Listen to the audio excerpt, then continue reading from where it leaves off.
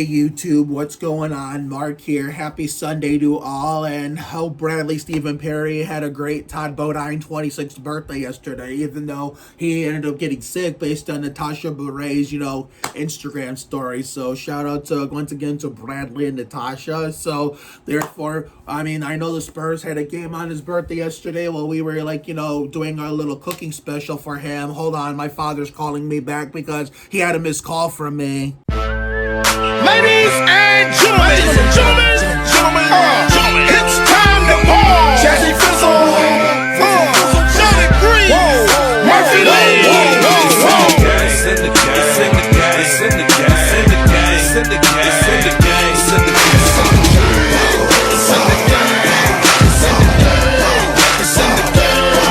Alright, it's a good thing we interrupted this video because guess what? I have some really, really bad news. We are going to have another dead Thanksgiving, so there will be no Thanksgiving with the Oliveras this year. Before, just giving you all a heads up if you're expecting to see anything. So there'll be no Oliveras family Thanksgiving this year because, my dad's brother, my dear Robert, his friends Eva and Johnny, who basically more like family to us based on how long we've known them, are hosting it this year. When I went to RSVP at the event on Facebook, I was going to hit I was going, but then when I saw my dad wasn't going, I thought, well, if he's not going, neither am I. And so I called him, a little bit ago, just to see what he's doing, and he was in Atlantic City, which is why he didn't answer the first time. So I think he was getting back. And so while we started recording this video, I knew a call from him was coming at some point during the video. It turns out he did call me back. So therefore, I don't know what I'm going to do. I have no idea, considering this will be our first dead Thanksgiving since 2020, the COVID year. And this will be our first dead Thanksgiving on a normal year, our first normal year since 2019, and it comes having a dead Thanksgiving because my mom and dad's divorce in 2016-17. We had a dead Thanksgiving in there were 3 dead Thanksgivings in a row in the pre-COVID era: 2017, 2018, 2019, and then the COVID Thanksgiving, which was also dead. And it was more because of COVID more than it was my mom and dad's marriage. Mom and dad's divorce, because of the fact that I was starting to get used to it by then. And then 2021 was the first actual good Thanksgiving since 2016, when this whole shebang like Ricky Martin between them started, which I'm never going to talk about that on the internet because the whole world doesn't need to hear that shit. And then 2022, 1, 2, and 3 were great post-COVID. Well, the vaccine year Thanksgiving was 2021. The post-COVID Thanksgivings are 22 and 23. You want to go look at those for all time's sakes. Links are in the description. This year's going to be the first dead one, so I don't think I'll be recording anything this year. So the end of season 4, Adventures in Autumn, is going to be a complete dud. It's going to be it's going to start off as a complete dud, but at the same time, while it starts as a complete dud, it's going to end on a high note, the 29th and the 30th. So therefore, it's a 50-50 chance that we'll be going to a Friendsgiving on the 30th, because here's the thing, before we get into the elephant of the room. If we're able to go to it's also a 50% chance we're going to go to Caden Bonacci, Raptor Gaming 129, one of his home hockey games on the 30th. So if we can't, get it together, Mark.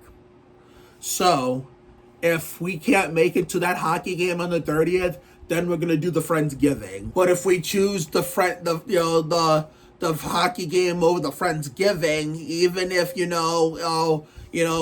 Raptor Gaming 129's mom, Ann Bonacci, has an opening for us that day, or opening for herself and him, and of course his cousin Eliana and her mom Kathy, then all this Thanksgiving fun is going to have to wait till next season for season 5 of Adventures in Autumn. which is why Winter Wonderland Season 4, which is going to start December 1st, this next Sunday, is going to be the start of Long Haul, because guess what? Not only will have hundreds and thousands of hurdles to climb to get to what will be the best season of spring is in the air yet for Season 4, and our first, normal summer for his production for Season 5 of Fun in the Sun since, Season 2 in 2022. But we're going to have thousands and, millions of hurdles to climb over to, start all over again in Season 5 of Adventures in Autumn come next September, because the end of summer explosion next year is going to have a massive overhaul in 2025. But we will circle back to that whenever we cross that bridge. But now the elephant in the room, let's talk about, Thursday night Spurs game against the Jazz, and I feel like this deserves its own video because of the fact that we wanted to focus on Bradley Stephen Perry's birthday yesterday, even though the SAS played in the 210.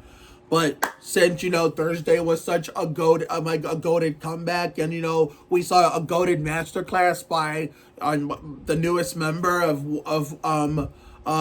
my list of favorite current Spurs players since, Devontae Graham went back to his original team, the Charlotte Hornets. I figured let's talk about it in its own standalone video, no matter how late it is.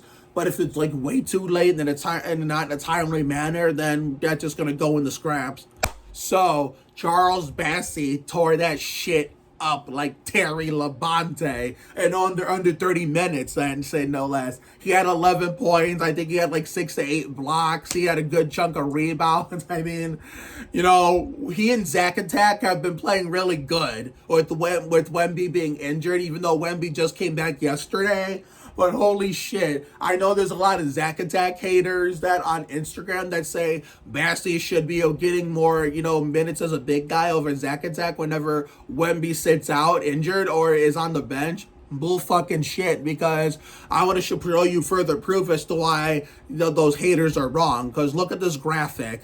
Zach Attack has been playing really, really good. I don't know what the fuck those haters are smoking. I mean, all those Zach Attack haters are clueless or need to be checked for brain damage, because all I smell is, bullshit, considering, if they're hating on him, saying, he's not playing that good compared to the Bassey whenever Wemby is on the bench or sitting out there, they're just high on fucking crack, because Zach Attack has been playing way better than they think. So that's why whenever Wemby sits and Keldon Johnson's not, as a small forward, is not getting the power forward minutes, Zach Attack and Bassey should be playing sharing the floor together.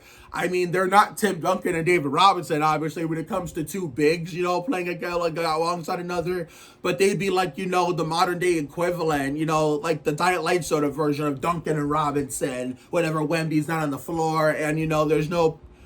When Keldon's not playing the power forward, even though he really should be playing small forward like he's listed. So Zach Attack and Bassey are two of my, let's see, we got Zach Attack. Oh yeah, two of my 4 favorites. Okay, so therefore, 2 of my 4 favorites on this current team because of how good they've been doing. I mean, bravo to those two. So those Zach Attack haters that say Bassey should be getting more playing time over him, this is for you. And I think Zach Attack would tell you the same thing, that he's in by proving you dumbasses wrong with how good he's been playing. So no matter who's out, no matter who's playing or not, no matter who's injured, no matter if you have a full squad or shorthanded, he's been amazing. So that's why I picked him considering how well he ended last season, Wemby's rookie season, after all the main players went down with injury, and all the minor league players from the G League were called up, and Mamu got more playing time. Devontae Graham, before he left, got more playing time. They all did great. It just Sucks that we lost Devontae back to his original team, because he would have been a key member of this current team had he stayed this year. But it's a business. It's not about what the fans want, what the fans like. It's about what the money. When it comes to players, or who gets paid better, where they think they would succeed at, whether they make whether their new team makes the playoffs or not, or if they go back to their original team or a team they played for in the past, but they make the playoffs or not. But I thought the game was over when we went down by 20, but like a true fan, I kept watching until the end. I did not shut the damn thing off. Don't even get me started on that game in the 2020-2021 season against the Bulls in Chicago, like way before I met Missy Fierro and her husband Mike and her sister Brittany, because who are Bulls fans. I thought that, remember how we turned off the game because it was over, and then we were following the rest of it on our phone. They made a comeback, and I said to myself, wait, turn that thing, go back downstairs and turn that thing back on. Turn your computer back on. I think this is when I had my old computer and I fucked it up eventually when I refused to turn it off every time I was done down there. I just left it on overnight, and that's what fucked it up. So with this new computer, I know not to do that, because that new computer cost a shitload of money for Christmas last year. But yeah, I turned it back on, and guess what? That was payback when we blew a big lead against them, 2 years earlier. The last year we made the playoffs, which should have been Parker's last playoff run, as we all know. So that was a little payback from when we blew a big lead of our own against them, on our floor, and the Bulls, made their own comeback to beat us. And that was when I got so pissed. That was when I saw that, my team that I've loved since my childhood was starting to go bad. But this team has improved big time. Since the last 5 years, we've not touched the playoffs, considering, as you all know, in 2020, 2021, and 21-22, we never should have been able to play on both years, because in 2020, 2021, it was either we were going to be there or we were not going to be there, or we should have been in the playoffs to begin with, considering we started that first year so well. But then, as we all know, after with half the team got hit with COVID on my birthday weekend, during that 2021 Daytona 500 when the Spurs played the Hornets, that was when, it all went down the shitter, and we started sandbagging, including blowing a 32-point lead against the Celtics, with Jason Tatum 60-pieced us.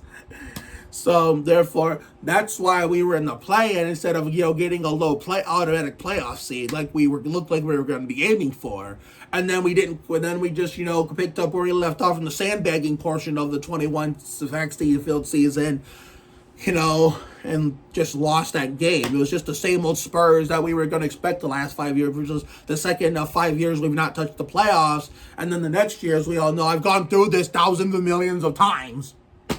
We sandbagged to start the year, and then as soon as we blew up the whole team, and don't even get me started on that what game, that's when we decided, what, fuck it, we're going on a tear. And that I had to take a break because I got tired of seeing us suffer like that.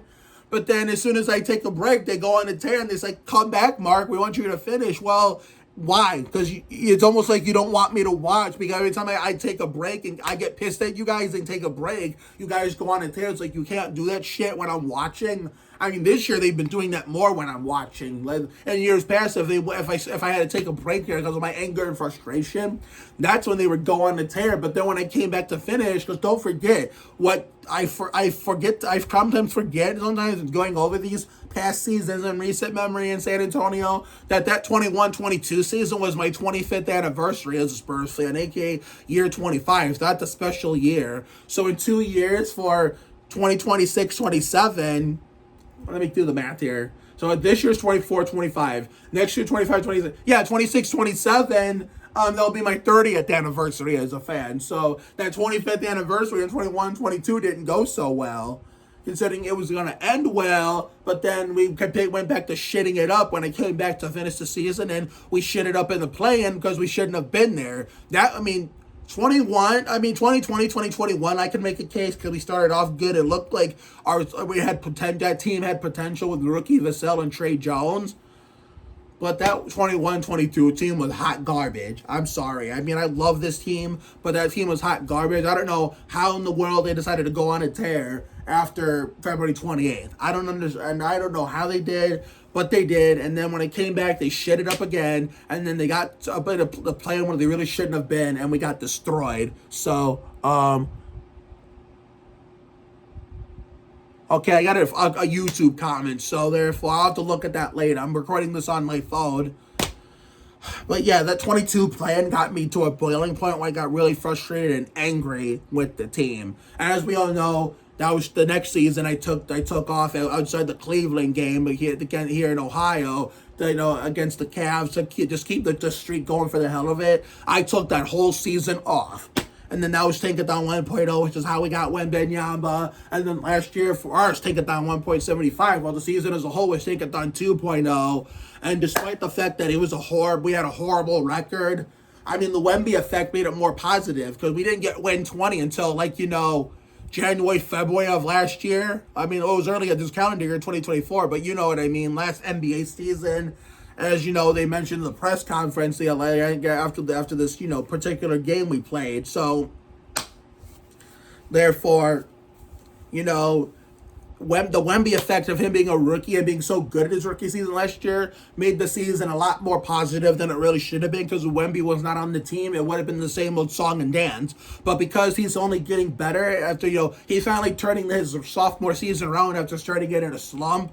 Now we're in a much better place this year than we were the last 5 years. So, and we increased our chance of making the playoffs from 1% to 66%. So, if they exceed my expectations and don't have to worry about the play-in and get a low playoff seed, I'm gonna be surprised and successful wrong. And honestly admit that I was wrong. I'm still holding up my end of the bargain, saying we're going to be lucky to be a play-in team. But if they prove me wrong and get to the playoff, I'll just kindly admit that I was wrong. That they exceeded my expectations, and this team can go places with Wemby and and all these other young and Steph Castle and all these other young assets, and we got Chris Paul being a good leader, and that graphic that's in the thumbnail is right. Us Spurs fans grew up hating him his entire career, and now we love him. And yeah, that's true, including myself. I hated him as a Clipper. I hated him as a Hornet when it was New Orleans before the New Orleans Hornets that were originally in Charlotte became the Pelicans. And then the Charlotte Bobcats were a whole new team, but then they transferred all the old Charlotte Hornets assets from the now current New Orleans Pelicans to the Charlotte Bobcats to make them the Hornets again, to make it look like the Charlotte Hornets never left to begin with. So yeah, we hated Paul when they were the older Charlotte Hornets that are now the New Orleans Pelicans was the New Orleans Hornets. We hated him as the Los Angeles Clipper. Now we love him as the San Antonio Spur. It's just like Robert Horry back in the team's heyday. We hated him as a Laker, but then we loved him as a Spur. So that's how it works. So therefore, unless you're a specific player like he that shall not be named, or hypothetically, LaFleur and 6 in the finals. If LaFleur and 6 in the finals ever came to the Spurs, I would not be happy. I still wouldn't cheer. I still wouldn't like him. And most important of all, I wouldn't cheer for him, even if he was on my team. And if he that shall not be named hypothetically came back to San Antonio, I would not be happy either. So therefore, you can't undo the damage that he and his Uncle Dennis did to us in 2017-18 outside of a subsequent, 9 games, I believe. It might have been 6. It might have been 9 games, yeah. But even if he did come back, hypothetically, I would not be happy. I still wouldn't like him. And most important of all, I wouldn't cheer for him because true Spurs fans would not want him back. But it's okay because even though we'll forever hate him until the end of time, I mean, we got Wemby that do the shit that he probably wouldn't. Will probably do the shit he wasn't able to do, which is what we expected him to do for all these years to come. So therefore, we'll just have to wait and see. But anyway, back to the game. I thought the game was over when we were down by 20, but then when we started going on that tear, as soon as, Bassey got some help from Trey Jones, who had just come back from injury. I mean, man, the dude was out injured with a sprained ankle, missed 12 games. Now he's back like he never missed a beat. Like he's showing no signs of rust. I mean, Steph Castle played a big part in this comeback, I mean, Zach Attack was pretty damn good as always. I mean, we need to get more Mamu time. Yeah, in anything, even with Wemby back, we need to see a combination of Zach Attack, Bassey, and Mamu all equally get a major playing time when Wemby sits down. And, play Keldon more at the small forward and more of Zach Attack and Bassey sharing the center role whenever they come on the floor, and Mamu being a power forward in terms of them being subs. So I let Keldon be a small forward sub. So what I'm saying is, we can have, when Sohan comes back in mid-December, now they're saying, instead of 2025 portion of the season, we should have Wemby and Sohan be center power forward. And then when they go to the, we have Harrison Barnes small forward. We should have Steph Castle starting a shooting guard and Chris Paul point guard. So what I think the bench should be is, Zach Attack and Bassey sharing center. So Mamu playing, when it comes to coming off the bench, that is. Mamu being power forward, Keldon being shooting small forward, Julian Champagnie coming off the bench as a shooting guard, and who's the point? And Trey Jones coming off the bench as a point guard. So once we get a full squad, it's not only Bob Vila look out, but that should be the projective lineup. And if it's a 50-50 chance Pop may come back, but it's rumored saying he might not be coaching the Spurs anytime soon because of his health. But now that, Thomas Vega, shout out to him, by the way, posted that, I guess that means right as he posted that, it's a reverse jinx. He will come back when we least expect it, but only time will tell. But, I mean, if the day has to come where he has to retire because he can't be coaching the Spurs forever,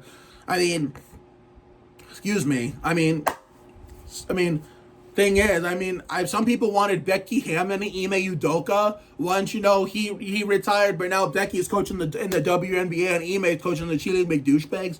Me, I want Duncan or Ginobili to coach this team, but I highly doubt that'll happen, but it's just wishful thinking on my part. I mean, whoever takes over when he officially hangs up the suit coaching jacket, the team's gonna be in good hands, hopefully. But hell of a comeback on Thursday against the Jazz as the king of pissing it up.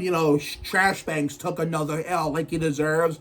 But I'm just glad that useless shitbag is off my team considering he's Utah's problem now. But I feel bad that Patty has to deal with that now considering he had to deal with this garbage ass when they played in San Antonio together. But, and then once we took the lead, we never looked back and we just went on this big ass run and pulled away. So therefore, this year's team is going places, especially when we have a full squad. The NBA better be on notice, including those 2016 Mickey Mouse champions, Cleveland Cavaliers. So therefore, March 27th, we will be coming for you if we have a full squad by then, and when Pop is back by then. So I know they were undefeated to start the season. I get that.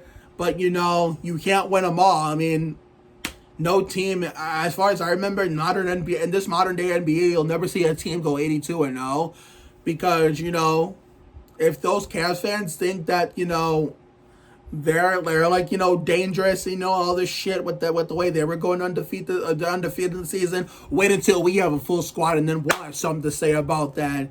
And we still got to experiment, whenever they play a team on another team at a local station, whenever there's no nationally televised game, we got to see if it actually works, if they will black it out of the gen play, because if they don't, then yes, we can watch Jacob and Sean when they play them in San Antonio when we don't have to listen to drunk old bitch-ass Austin Carr. But if they black it out, then, when we experiment, then we're going to be in trouble. So we'll have to figure out a stream or something with Jacob and Sean. That way we don't have to listen to old drunk bitch-ass Austin Carr. So therefore, only time will tell. But I need to get the fuck off this thing and get ready for this 3-day week before we start Thanksgiving and, figure out what the hell we're going to do Thursday.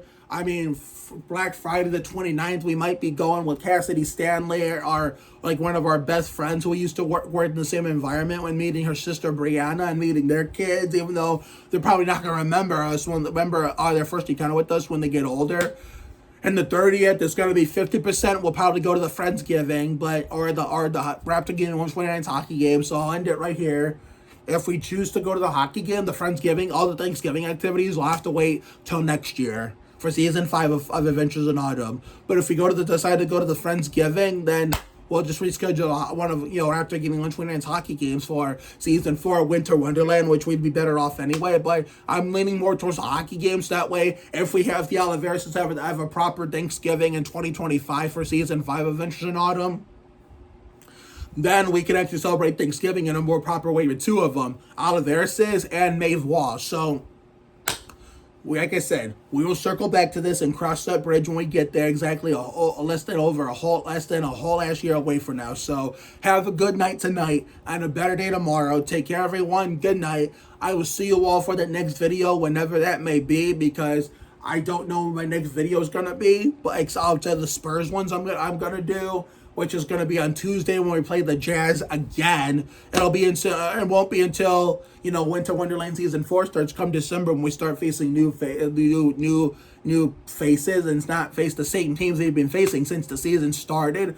So when Christmas time starts on Sunday, December 1st, then that's when we're going to get a huge taste of new teams. It's going to be a whole new ball game, and it's going to be a real test for Wemby, interim coach Mitch Johnson, Zach Attack, Bassey, and the whole rest of and Steph Castle and the whole rest of the San Antonio squad. So I'll see you all for Tuesday's video, and when we go over the game against the Jazz in Utah again, when we play these guys again to take down the king of pissing it up, shitbanks, again. See you later, everyone. Go Spurs go, and fuck Drew Eubanks. This copyrighted broadcast of the National Basketball Association may not be retransmitted, reproduced, rebroadcast, or otherwise distributed or used in any form without the express written consent of the NBA.